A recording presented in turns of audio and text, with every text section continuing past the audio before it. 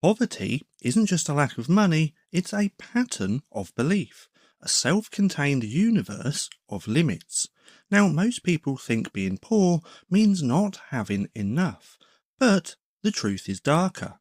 Being poor means never imagining enough could exist without permission. And that's why 99% of people will never touch 1 million satoshis.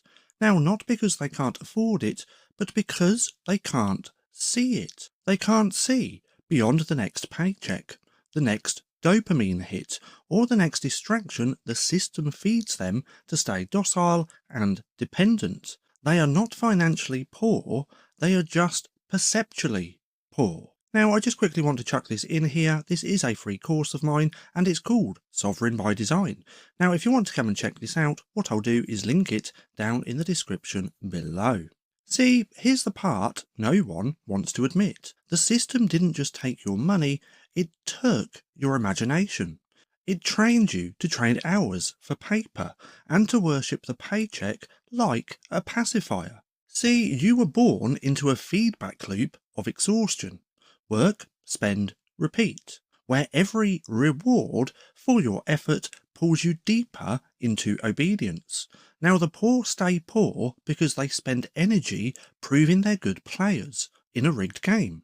They chase raises, not freedom. They upgrade lifestyles, not leverage. And they accumulate for comfort and not capital. Now, that's why they'll never stack 1 million satoshis. Now, not because they lack income, but because they lack interruption. See, there's a moment every sovereign experiences when you realise wealth isn't earned in dollars, it's reclaimed in decisions. Now, owning even a small fraction of Bitcoin is less about technology and more about psychology. It's a declaration. I no longer consent to slow theft. Now, the poor wait for approval from employers, governments and gurus, where the sovereign acts on conviction. Now, 1 million satoshis is not a goal. It's a threshold and the smallest measurable unit of freedom. It's the bridge between survival and sovereignty. See, picture two people standing at the same crossroads. Both make the same income. Both see Bitcoin on their screen.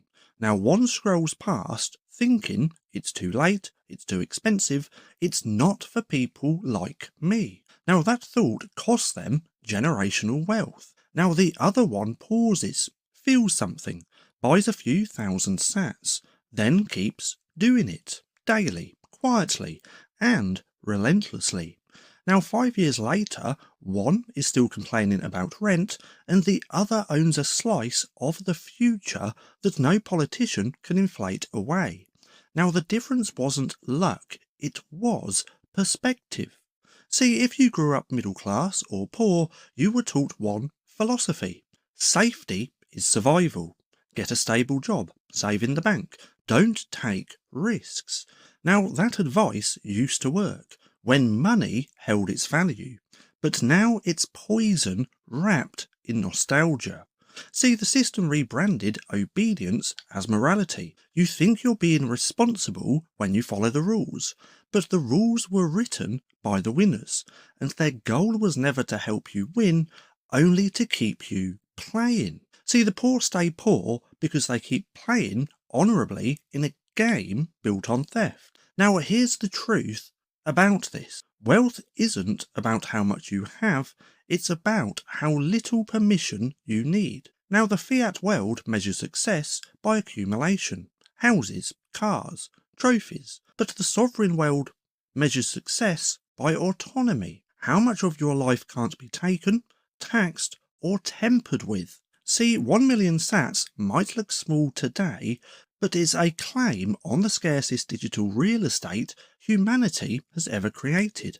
It's ownership in a network that rewards conviction, not connections.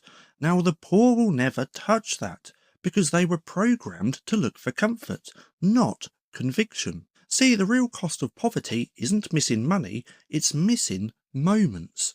Moments when you could have acted, but didn't. Moments when you could have seen the pattern, but scrolled past. Now, most people will live and die inside the same illusion.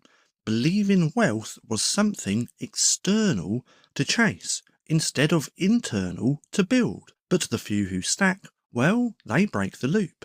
They use the same money the system mocked to quietly buy their exit. And when 1 million sats becomes unreachable, they won't feel rich, they'll feel ready. So if you're listening to this now, understand what that means.